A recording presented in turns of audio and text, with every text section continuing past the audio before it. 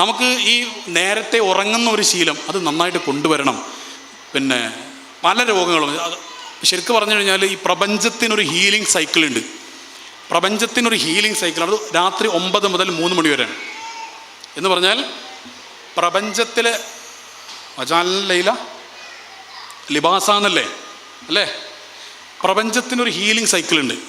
അതായത് നമ്മുടെ ശരീരത്തിൽ ഒരു രോഗം ഉണ്ടെങ്കിൽ, അതുപോലെ നമ്മുടെ ശരീരത്തിൻ്റെ വളർച്ച, ശരീരത്തിൻ്റെ രോഗം സുഖപ്പെടൽ, മെയിൻ്റനൻസ് വർക്ക് ശരീരത്തിലെ ബോഡിയിൽ, ഇതൊക്കെ നടക്കുന്ന സമയം രാത്രി 9 മുതൽ 3 വരെയാണ്. അപ്പോൾ നമ്മുടെ ശരീരത്തിൽ ആ പ്രവർത്തനം കൃത്യമായിട്ട് നടക്കണമെങ്കിൽ ഈ 9 മണിക്ക് ഇയാൾ ഉറങ്ങിക്കൊടുക്കണം. ആ സമയത്ത് അതിനുശേഷം മറ്റ് പരിപാടികൾ ഉണ്ടാകാൻ പാടില്ല. അപൂർവമായിട്ടൊക്കെ നല്ല വല്ല പരിപാടിക്കും പോയാൽ അത് ഇതിനെ ബാധിച്ചോണമെന്നില്ല. പക്ഷേ സ്ഥിരമായിട്ട് ഈ 9 മണിക്ക് ഉറങ്ങാതെ ഇനി 9 എന്നുള്ള മാക്സിമം പോയ 10, അതിനപ്പുറം പോയ 11, അപ്പോഴും 2 മണിക്കൂടെ മിസ്സാകുന്നുണ്ട്. ഇതിൻ്റെ ഒരു പ്രശ്നം എന്താണെന്നറിയോ? നമ്മുടെ ശരീരത്തിൽ ലിവർ എന്ന് പറയുന്ന ഒരു അവയവത്തിൻ്റെ മെയിൻ്റനൻസ് പ്രോസസ്സ് ബോഡിയിൽ നടക്കുന്നത് രാത്രി 11 മണി മുതൽ 1 മണി വരെയാണ്. അപ്പോൾ ആ രാത്രി 11-ൻ്റെയും 1-ൻ്റെ ഇടയിൽ ഉറങ്ങാതെ 1 മണിക്ക് ശേഷം എന്നും ഉറങ്ങുന്ന ഒരാളുടെ ലിവറിൻ്റെ ആരോഗ്യം മെച്ചപ്പെടുത്തുന്ന പ്രവർത്തനം മുഴുവനും തടസ്സപ്പെടുക ചെയ്യുക. അയാൾക്ക് ലിവറിൻ്റെ രോഗം വരാൻ സാധ്യത കൂടുതലാണ്. അങ്ങനെ ഓരോ അവയവങ്ങൾക്കും ഓരോ ടൈം വരേണ്ടതിൽ. അപ്പോൾ ശരിക്കും ഓരോ വീട്ടിൽ ഇപ്പോൾ നമ്മുടെ നാട്ടിലൊക്കെ അങ്ങനെ അതെനിക്ക് തോന്നുന്നു കൊറോണയ്ക്ക് ശേഷം കുറേ വന്നത്. കാരണം കൊറോണ കാലഘട്ടത്തിൽ ഉറങ്ങുന്നത് കുറേ ലേറ്റായി. കാരണം രാവിലെ എവിടെയും പോകാനില്ലല്ലോ, അവർ അന്തമിട്ട് ഇങ്ങനെ ഇരിക്കും. അതുവരെ രാവിലെ സ്കൂളുണ്ട്, മദ്രസൻ്റെ ഉറങ്ങിക്കോന്ന് പറയായിരുന്നു. അപ്പോൾ കൊറോണ കാലത്ത് അങ്ങനെ ഒരു സിസ്റ്റം ഇല്ലാതായപ്പോൾ എല്ലാവരും തോന്നിയതുപോലെ കുറേ നേരം ഉറങ്ങാതിരിക്കുന്ന ഒരവസ്ഥയിലേക്ക് എത്തി. അതിങ്ങനെ തുടർന്ന് വരികയാണ് ഇപ്പോൾ ചെയ്യുന്നത്. 12 മണിക്കും ഉണ്ടാവും 4, 5, 8 വയസ്സുള്ള കുട്ടികൾ ഈ നിലാവെളിച്ചത്ത് കോഴിക്കൾ നടക്കുമ്പോൾ ഇങ്ങനെ നടക്കുന്നുണ്ടാവും, ബാപ്പാന്നിട്ട്. അത് ഉറങ്ങുന്നില്ല. അപ്പോൾ അതിലൊക്കെ ഒരു മാറ്റം കൊണ്ടുവന്നാൽ നമ്മുടെ ആരോഗ്യ മേഖലയിൽ കുറേ മാറ്റങ്ങൾ വരേണ്ടതാണ്. ഇല്ലെങ്കിൽ എന്താ ഉണ്ടാവുമെന്നറിയോ? നമ്മൾ കുറച്ച് കാലം ഇങ്ങനെ ജീവിക്കും. ഒരു 30 വയസ്സിൻ്റെ മേലേക്ക്, ഒരു 35 വയസ്സിൻ്റെ മേലേക്ക് ഓരോ ആഴ്ചയിൽ 2 ആഴ്ച കൂടുമ്പോൾ ഡോക്ടറെ കാണാൻ പോവുക, ചെക്കിങ്ങിന് പോവുക, അവിടെ പൈസ ചിലവാക്കുക, ഇവിടെ പൈസ ചിലവാക്കുക. ഇതല്ലാതെ വേറെ ഒരു പണി ഉണ്ടാവില്ല നമുക്ക്. ഈ ഭാഗത്തൊക്കെ പോട്ടെ, അതിനൊന്നും കഴിയൂല, ഒന്നിനും കഴിയൂല. ഈ പള്ളികളിൽ മുഴുവനും കസേരകളായിപ്പോൾ ഫുൾ കസേര. പല പള്ളികളിൽ 2 സഫൊക്കെ കസേരകൾ കാണുന്നുണ്ട്. എന്താ അത്? ആ ആൾക്ക് ഞാൻ ഒരാളെ കുറ്റം പറയില്ല. ആ ചങ്ങാതിക്ക്, ആ ആൾക്ക് അസുഖം ഉണ്ടായിക്കഴിഞ്ഞാൽ പിന്നെ അയാൾ വീട്ടിൽ നിൽക്കാൻ കഴിയാത്തത് കൊണ്ട് ഉള്ള ആരോഗ്യം വെച്ചിട്ട് പള്ളിക്ക് വരിക എന്നാണ് നമ്മൾ ചിന്തിക്കേണ്ടത് അവരെക്കുറിച്ച്. അതേസമയം ആ ആൾക്കാർ ചിന്തിക്കേണ്ടത് ആയ കാലത്ത് എങ്ങനെയൊക്കെയോ ജീവിച്ച് ആരോഗ്യം ഞാൻ കളഞ്ഞു. അള്ളാഹു ഇബാദത്ത് ചെയ്യാൻ തന്ന ആരോഗ്യമായിരുന്നു അത് തോന്നിയ പോലെ ജീവിച്ചിട്ട് ഞാൻ കളഞ്ഞതാ. എന്നിട്ടിപ്പോൾ നിസ്കരിക്കാൻ പറ്റാത്തൊരവസ്ഥയിലേക്ക് കാര്യങ്ങൾ എത്തിയിരിക്കുന്നു. ഇതേപോലെ നേരത്തെ ഞാൻ പറഞ്ഞത് മക്കളുടെ കാര്യത്തിൽ, ഈ മൊബൈലിൻ്റെ കാര്യത്തിൽ ശ്രദ്ധിച്ചിട്ടില്ലെങ്കിൽ 15 വയസ്സുള്ള കുട്ടീൻ്റെ കാര്യം പറഞ്ഞില്ലേ, ആ കുട്ടീൻ്റെ ഉമ്മ വിളിച്ച് പറയുന്നത് എൻ്റെ കുട്ടി എന്നെ തല്ലാൻ വരുന്നതാണ്. അതിപ്പോൾ നിങ്ങൾ പല ആൾക്കാരും പറയും സാറേ എൻ്റെ വീട്ടിലുണ്ടെന്ന് പറയും. പണ്ട് വല്ലപ്പോൾ ഉമ്മാർ മാത്രമല്ല, ഇന്നാളെ ഒരാൾ എൻ്റെ അടുത്ത് വന്നിട്ട് പറഞ്ഞു, ഒരു വാപ്പ വന്നിട്ട് പറഞ്ഞു 18 വയസ്സുള്ള മോനെ എന്നെ തല്ലാൻ വരുന്നു. വാപ്പാക്ക് ആൺകുട്ടികളെ പേടിയാവാം. അതെന്താ? ഒരു ബോധപൂർവ്വ തല്ലലല്ല. എന്താ സംഭവം? ഈ മൊബൈലിൻ്റെ ഗെയിമിന് അഡിക്റ്റഡ് ആയിട്ട് ഈ കുട്ടികൾ ബാപ്പാനെ തല്ലുന്നൊരവസ്ഥയിലേക്ക് മാറിയതാണ്. മൊബൈൽ ഗെയിം എന്ന് പറഞ്ഞാൽ 2 തരം ഗെയിമുകളാണ് ആൺകുട്ടികൾ പ്രധാനമായിട്ടും കളിക്കുന്നത്. ഒന്നാമത്തെ ഗെയിം ഈ വണ്ടിയൊക്കെ ഇങ്ങനെ ഓടിച്ചുകൊണ്ട് പോകുന്ന ഗെയിമാണ്. റേസിംഗ് ഗെയിമുകൾ എന്ന് അതിന് പറയാം. ഈ റേസിംഗ് ഗെയിമുകൾ സ്ഥിരമായി കളിക്കുക, അതിങ്ങനെ ഇടിച്ച് തെറിപ്പിച്ച് അങ്ങനെയൊക്കെ അതിൻ്റെ പരിപാടി. അത് സ്ഥിരമായി കളിക്കുന്ന കുട്ടികളിൽ വയലൻസ് കൂടും. ആ കുട്ടി കുറച്ച് കാലം കഴിഞ്ഞിട്ട് ലൈസൻസ് ഒക്കെ എടുത്തിട്ട് പ്രായമായി കഴിഞ്ഞ് വണ്ടി ഓടിക്കുമ്പോൾ ഓനെവിടെയെങ്കിലും ഇടിക്കും. കാരണം ഓനത് ഇടിച്ചിടിച്ച് രസമായിട്ടുണ്ട്. എന്നിട്ട് ഇടിച്ചാൽ ഓനോട് കച്ചറ ഉണ്ടാക്കുമോ? ഇതെന്തിനാ റോങ്ങിൽ വന്നു? അതിന് വേറെ കാരണം കൂടെ ഉണ്ട്, അവിടെ കൂട്ടത്തിൽ പറയാം. അത് നമ്മുടെ പാരൻറ്റിങ്ങിൽ ചെറുപ്പത്തിൽ വന്ന് വേറെ വിഷയം. എന്താ കാരണം എന്ന് വെച്ച് കഴിഞ്ഞാൽ, നമ്മുടെ കുട്ടി ഓടി സ്പീഡിൽ ഇങ്ങോട്ട് വന്നു. സ്പീഡിൽ വന്നിട്ട് അവൻ ആ ടേബിളിൽ തല ഇടിച്ചിട്ട് അവൻ വീണു. നമ്മൾ സാധാരണ ചെയ്യുന്നൊരു പണിയുണ്ട്, ഉമ്മമാരും വല്യമ്മമാരും ചെയ്യുന്നൊരു പണിയുണ്ട്. അതെന്താണ്? ആ ടേബിളിൽ 2 തല്ല് കൊടുക്കും അല്ലേ, ചെയ്യാറില്ലേ? കുട്ടി ടേബിളിന് ചുമരിന് തലടിച്ച് വീണാൽ ചുമരെ നിൻ്റെ കുട്ടിനെ കാട്ടാൻ വേണ്ടി വന്നു എന്നൊക്കെ പറഞ്ഞിട്ട് ചെയ്യാറില്ലേ? ഇങ്ങനെ ആക്കി, അല്ല ഇങ്ങനെ ആക്കി, അല്ലെങ്കിൽ ഒന്നാക്കി, ഇല്ല നിങ്ങൾ ചെയ്യാറില്ലേ? ശരിക്കും ചെയ്യുന്നത് റോങ്ങാണ്. അവിടെ ആ ചെയ്തത് കൊണ്ട് കുട്ടിക്ക് ആശ്വാസം കിട്ടുന്നുള്ളത് കറക്റ്റ് സംഭവം ശരിയാണ്. പക്ഷെ അത് റോങ് ആണ്. കാരണം എന്താ? ഇവൻ ഓവർ സ്പീഡിൽ വന്നുകൊണ്ടല്ലേ ഇവിടെ ഇടിച്ചത്, ഇവൻ റോങ്ങിൽ വന്നുകൊണ്ടല്ലേ ഇടിച്ചത്. ഉത്തരവാദി ആരാ? ഈ ചുമരാണോ? ഈ ചെയറാണോ? ഈ ടേബിളാണോ? അല്ല. അപ്പോൾ ശരിക്കും പറഞ്ഞാൽ അവൻ്റെ തെറ്റ് അവന് തിരിച്ചറിയാനുള്ളൊരു അവസരം ഇല്ലാതാക്കാണ് അവിടെ ചെയ്യുന്നത്. മോൻ എന്തുകൊണ്ടാണ് വീണത്? അവന് വീണ ആ സംഭവം കഴിഞ്ഞിട്ട് അവനോട് ചോദിക്കണം. അത് സ്പീഡിൽ വന്നിട്ട് അവൻ ഇനി വരുമ്പോൾ സ്പീഡ് കുറക്കണം. അതിനെ കുറ്റം പറയരുത്. അതിന് കുറ്റം പറഞ്ഞാലുള്ള പ്രശ്നമാണ് ഇപ്പോൾ കണ്ടത്. ഏത്? ഇവൻ വണ്ടി പോയി ഇടിക്കും, അതിൻ്റെ കാരണം മറ്റത്. വണ്ടി ഇടിക്കാനുള്ള കാരണം മറ്റത്, ന്യായീകരിച്ചതിൻ്റെ കാരണം ഇതും. 2 കൂടി കുട്ടി പറഞ്ഞാണ്.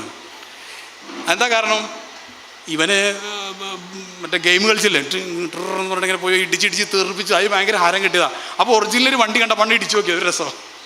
അപ്പോൾ ന്യായീകരിക്കാനുള്ളത് മറ്റൊന്ന് കിട്ടിയതാണ്. അപ്പോൾ നമ്മുടെ കുട്ടികൾക്ക് വയലൻസ് കൂടാ. രണ്ടാമത് എന്താണെന്ന് പറയുക, ഗെയിം ഇവർ കളിക്കുന്ന രണ്ടാമത്തൊരു ഗെയിം വെടിവെക്കുന്ന ഗെയിം. ഫുള്ള് വെടിവെക്കുന്ന ഗെയിം. പല കുട്ടികൾക്കും ബാപ്പ ഉമ്മ റൂമിക്ക് വന്നാൽ പോലും അറിയുന്നില്ല. നിങ്ങൾ മാറിക്ക്, ഞാൻ വെടിവെക്കട്ടെ, ചോറെന്നാ പണി, നിങ്ങൾ പൊയ്ക്കൊല്ലിടുന്നു. ഫുള്ള് വെടിവെക്കണം അവരെ പണി. ശരിക്ക് നാളെ ഒരു ബാപ്പൻ്റെ അടുത്തൊരു ചങ്ങായിനെ കൊണ്ടുവന്ന്, മോനെ കൊണ്ടുവന്നില്ല, ബാപ്പൻ്റെ അടുത്ത് ഒറ്റയ്ക്ക് വന്ന്. എന്നിട്ട് പറയണം, എൻ്റെ മോൻ്റെ റൂമിൽ നിന്ന് അർദ്ധരാത്രി 1 മണിക്കും 2 മണിക്കും ടിഷു എന്നുള്ള ശബ്ദമൊക്കെ ഉണ്ടാവുന്നത്. ഭയങ്കര ടിഷു. അപ്പോൾ എന്താ സംഭവം? എന്താണ് ഇവന് ഓൻ്റെ കൂട്ടുകാരന്മാരെല്ലാവരും ഓൺലൈനിൽ കളിക്കുക, ഓൺലൈനിൽ ഗെയിം കളിക്കാൻ ടിഷു. അതിന് ഇടങ്ങാറാക്കാതെക്കാൻ വേണ്ടി ബാപ്പ വന്നാലും ഓൻ അറിയുന്നില്ല. അത്രമാത്രം അവസ്ഥയിൽ കുട്ടികൾ, ഈ കുട്ടികൾ പറഞ്ഞു വന്നത്, ഈ കുട്ടികൾക്ക് ബിഹേവിയറൽ ഡിസോർഡർ വളരെ പെട്ടെന്ന് സംഭവിക്കും. ആ കുട്ടികൾ പറഞ്ഞാൽ കേൾക്കില്ല, ആ കുട്ടികൾ പ്രോപ്പറായിട്ട് ഭക്ഷണം കഴിക്കില്ല, ആ കുട്ടികൾ പ്രോപ്പറായിട്ട് ഉറങ്ങൂല, ആ കുട്ടികൾ കൃത്യമായിട്ട് സ്കൂളിൽ പോകില്ല, ആ കുട്ടികൾ പഠനത്തിൽ ബാക്കിലായിരിക്കും, ഉമ്മാനോടും ബാപ്പനോടും ബാക്കിയുള്ളവരോടും ഒക്കെ കച്ചറുണ്ടാക്കും, പ്രശ്നങ്ങളുണ്ടാക്കും. ആ കുട്ടികൾ നല്ല കുട്ടികളായിട്ടാണ് നമുക്ക് കിട്ടിയത്. പക്ഷെ ആ കുട്ടികൾ ഈ ഗെയിം കളിച്ചിട്ട് തകർന്നു പോയതാണ്. ഈ പുതിയ കാലത്ത് എൻ്റെ മാതാപിതാക്കളെ വളരെ കൂടുതലാണ് ഈ സംഭവം, വളരെ കൂടുതലാണ്. എത്ര കേസാണ് ഓരോ ആഴ്ചയിലും നമ്മളെപ്പോലുള്ള ആൾക്കാർ ഈ വിഷയത്തിൽ കാണുന്നത്. ചിലതൊക്കെ മെഡിസിൻ എടുക്കേണ്ട അവസ്ഥയാണ്, ചിലതൊക്കെ ബലമായിട്ട് പിടിച്ചിട്ട് കെട്ടിക്കൊണ്ടുവരേണ്ട അവസ്ഥയാണ്. കുട്ടികൾ നിൽക്കുന്നില്ല, അവർ നേരെ പറഞ്ഞിട്ട് കേൾക്കുന്നില്ല. കെട്ടിപ്പിടിച്ചിട്ട് കയറുകൊണ്ടൊക്കെ കെട്ടിയിട്ടൊക്കെ കൊണ്ടുവരുന്ന കേസ് വരെ വിഷയത്തിലുണ്ടായിട്ടുണ്ട്. അത്രമാത്രം നമ്മുടെ കുട്ടികൾ. അപ്പം നിങ്ങളൊരു വിഷയത്തിലൊരു തീരുമാനം എടുക്കണം. അതെന്താ? ലോകാരോഗ്യ സംഘടനയുടെ ഒരു പഠനത്തിൽ അവർ ഓഷ്യാനിക് കൺട്രീസിലും അതുപോലെ കാനഡ പോലെയുള്ള രാജ്യങ്ങളിലൊക്കെ ഒരു പഠനം നടത്തി. ആ പഠനം നടത്തിയിട്ട് ലോകാരോഗ്യ സംഘടന ഒരിക്കൽ ഈ വിഷയത്തെക്കുറിച്ച് പഠിച്ചിട്ട് പറഞ്ഞത് 5 വയസ്സിന് താഴെയുള്ള ഒരു കുട്ടിക്കും ഒരു ഡിവൈസും നിങ്ങൾ കൊടുക്കാൻ പാടില്ല എന്നാണ്. 5 വയസ്സിന് താഴെ ഒരു ഡിവൈസും ഒരു കുട്ടിക്കും കൊടുക്കാൻ പാടില്ല. മൊബൈൽ കൊടുക്കാൻ പാടില്ല, ടാബ് കൊടുക്കാൻ പാടില്ല, ഗെയിം പ്ലെയർ കൊടുക്കാൻ പാടില്ല, palm top, laptop, what ever it is, ഒരു സാധനം കൊടുക്കാൻ പാടില്ല എന്ന് ലോകാരോഗ്യ സംഘടന പറഞ്ഞു. എന്തായാലും കാരണം ഇതന്നെ അതിൻ്റെ കാരണം. അപ്പോൾ നിങ്ങളൊരു തീരുമാനത്തിലെത്തണം. 5 വയസ്സിന് താഴെയുള്ള കുട്ടി, എൻ്റെ കുട്ടികൾക്ക്, എൻ്റെ പേരക്കുട്ടികൾക്ക്, എൻ്റെ വീട്ടിലെ കുട്ടികൾക്ക്, അത് ഇത് കുടുംബത്തിലെല്ലാവരും ഉണ്ടല്ലോ ഇവിടെ, ഒന്നിച്ച് തീരുമാനം എടുക്കാം. സാധാരണ സ്കൂളിൽ പാരൻറ്റിങ്ങിന് പോയി കഴിഞ്ഞാൽ അമ്മ മാത്രമേ വന്നിരിക്കൂ, ബാപ്പാനോടത് പറഞ്ഞ് മനസ്സിലാക്കാൻ കുറേ പാടായിരിക്കും. ഇവിടെ എല്ലാവരും ഒന്നിച്ചുള്ളതുകൊണ്ട് തീരുമാനം വേഗം എടുക്കാം, വേഗം നടപ്പിലാക്കാം.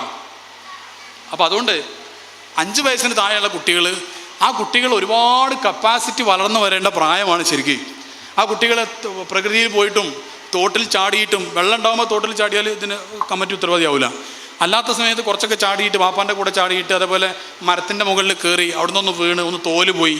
തോലൊക്കെ പോകണം, എന്ത് രസമാണ് തോല് പോയാൽ. തോല് പോയിട്ട് ഇങ്ങനെ കുളിക്കുമ്പോൾ ഒരു പ്രത്യേക ഒരു സുഖം കിട്ടാനുണ്ട്. അതൊക്കെ ഇവർ അനുഭവിക്കണ്ടേ. അപ്പോഴല്ലേ വലിയ മരത്തിൽ കയറുമ്പോൾ വീയാതിരിക്കാൻ അവർ പഠിക്കുള്ളൂ. അങ്ങനെ കുറേ സ്കില്ലുകളുണ്ട്. നമ്മൾ വിചാരിച്ചത് ഇങ്ങനെ ബസ്സിൽ കയറ്റി സ്കൂളിൽ വിട്ട് സ്കൂൾ കഴിഞ്ഞ് നേരെ വീട്ടിലേക്ക് വന്ന് അതുകൊണ്ടൊന്നും ആവില്ല. കുട്ടികൾ ജീവിതത്തിൽ, ഇപ്പോൾ നാളെ ഒരു ഇംഗ്ലീഷ് മീഡിയം കുട്ടീനെ പേപ്പട്ടി കടിച്ചു ഒരു ഇംഗ്ലീഷ് മീഡിയം കുട്ടീനെ. ആ ഇംഗ്ലീഷ് മീഡിയം എന്ന് പറഞ്ഞാൽ ഒരു സോഫിസ്റ്റിക്കേറ്റഡ് ആയിട്ടുള്ള ലൈഫുള്ള ഒരു ഇംഗ്ലീഷ് മീഡിയം കുട്ടിയാണ്. നേരെ വീട്ടിൻ്റെ മുമ്പിൽ വണ്ടി വരും. അതിനൊന്നും തെറ്റല്ല കേട്ടോ, വീട്ടിൻ്റെ മുമ്പിൽ വണ്ടി കുറച്ച് അപ്പുറത്ത് നിർത്തിയാൽ മതിയൊന്നും പറയണ്ട, അതൊന്നല്ല ഉദ്ദേശിക്കണേ. നേരെ മുമ്പിൽ വണ്ടി വരും, ഈ കുട്ടി ഇങ്ങനെ ഇളകാതെ ഇങ്ങനെ നടന്നിട്ട് ഇങ്ങനെ വണ്ടി കയറും. എന്നിട്ട് സ്കൂളിലെത്തിയിട്ട് ഇളകാതെ ഇങ്ങനെ സ്കൂളിൽ കയറിക്കും. ഫുൾ AC അങ്ങനത്തെ ഒരു സെറ്റപ്പുള്ള ഒരു സ്കൂളാണ്.